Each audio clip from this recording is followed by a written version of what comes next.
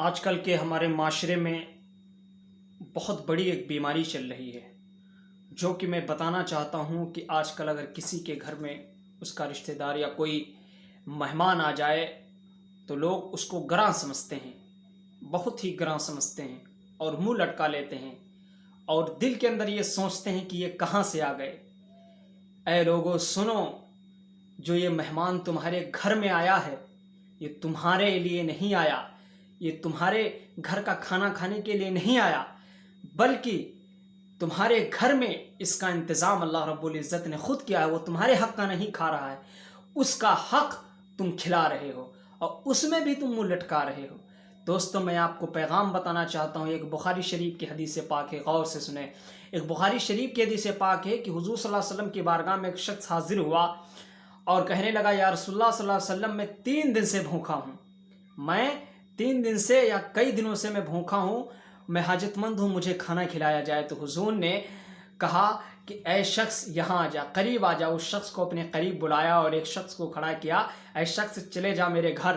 چنانچہ وہ شخص حضور کے خانے اقدس پہ جاتا ہے، لیکن حضور کے گھر میں کھانے کو کچھ بھی نہیں ملتا ہے، حضور کے کھانے کے گھر کے کچھ بھی نہیں ملتا ہے۔ وہاں سے چلنے کے بعد پڑوس کے گھروں میں تلاش کرتا ہے، وہاں بھی کھانے کے علاوہ کچھ بھی نہیں ملتا ہے، کچھ بھی نہیں ملتا ہے، صرف پانی کے علاوہ کچھ بھی نہیں ملتا ہے۔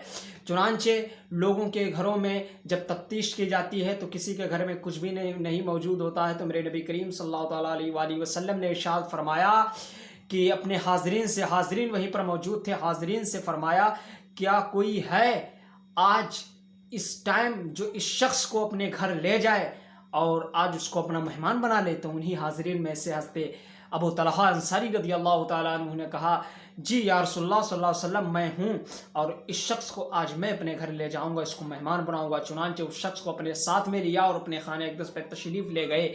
وہاں تشریف لے جانے کے بعد جب ان کی بیوی دیکھتے ہیں اور کہتے ہیں یہ کون ہے، تو ہنستے ابو طلحہ رضی اللہ تعالیٰ عنہ ارشاد فرماتے ہیں، یہ حضور کے بھیجے ہوئے مہمان ہیں۔ سبحان اللہ!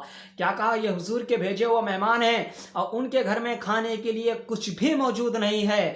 تو ان کی بیوی کہتی ہیں کہ آج تو گھر میں برکت ہی برکت ہے، یہ حضور کے بھیجے ہوئے ہیں۔ سبحان اللہ! آج تو گھر میں برکت ہی برکت ہے۔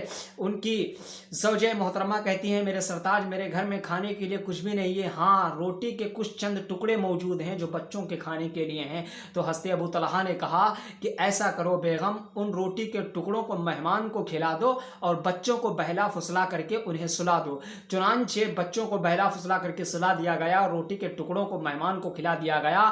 اور ہنستے ابو طلحہ نے کہا کہ شام کا چراغ بجھا دینا تاکہ اس مہمان کو لگے ہم لوگ کھانا کھا رہے ہیں، چراغ کی روشنی میں انہیں کہیں پتہ نہ لگ جائے کہ یہ لوگ کھانا نہیں کھا رہے ہیں۔ چنانچہ چراغ کو بجھا دیا گیا، پوری رات گزر گئی۔ صبح جب ہوئی تو اس مہمان کو حضور کے پاس لے کر آئے اور کہنے لگے، یا رسول اللہ صلی اللہ علیہ وسلم، میں نے اپنی مہمان کی خدمت کر لی، میرے گھر میں جو کچھ موجود تھا میں نے کھلا لیا۔